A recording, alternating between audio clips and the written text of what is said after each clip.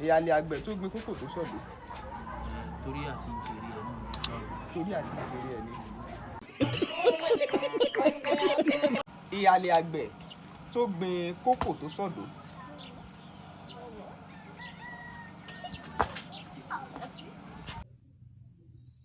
Ihale àgbẹ̀ ọ̀rọ̀ pé èèyàn halẹ̀.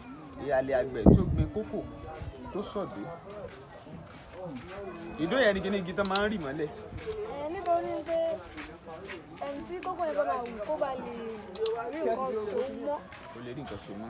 Anyway, ihale àgbẹ̀ tó gbin kókò tó sọ̀dọ̀. Ẹ tún sọ. Ihale àgbẹ̀ tó gbin kókò tó sọ̀dọ̀. Ìyẹn igi tán máa ń rì mọ́lẹ̀. Kí ló wá ṣe? Jésù! Kókò tó sọ̀dọ̀. If you laugh, you're black.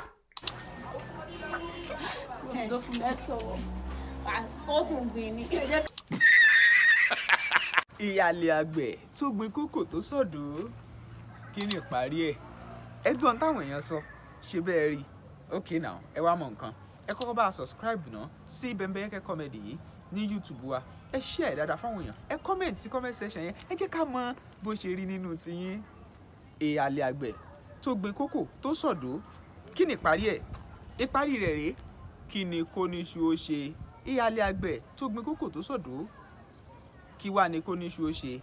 Ìtumọ̀ òwe yẹn ni pé tẹ́ bá kọ́kọ́ wo kókò kì í ṣe tó ní okùn tó lè fi lọ́mọ igi. Tẹ́ bá sọ pé sọ̀dọ̀ ìyẹn bí igi tí wọ́n máa ń fi sí àárín iṣu yẹn.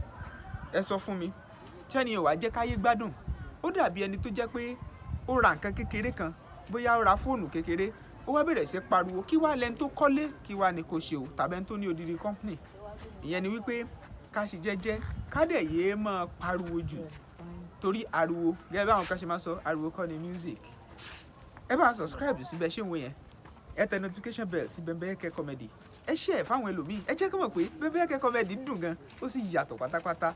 Ẹ wá mọ̀ nǹkan a nílò àwọn alátìlẹyìn o fún ìkànnì yìí àti fún eléyìí tá à ń gbé káàkiri láti gbé àṣà Yorùbá lárugẹ nítorí pé kíni àwọn tá a bá ń bá pàdé tán gbìyànjú àtàwọn tó bá tiẹ̀ tó gbà á ó yẹ ká máa ṣe kóríyá fún wọn ní gbogbo ìgbà lóòrèkóòrè àti nígbà gbogbo.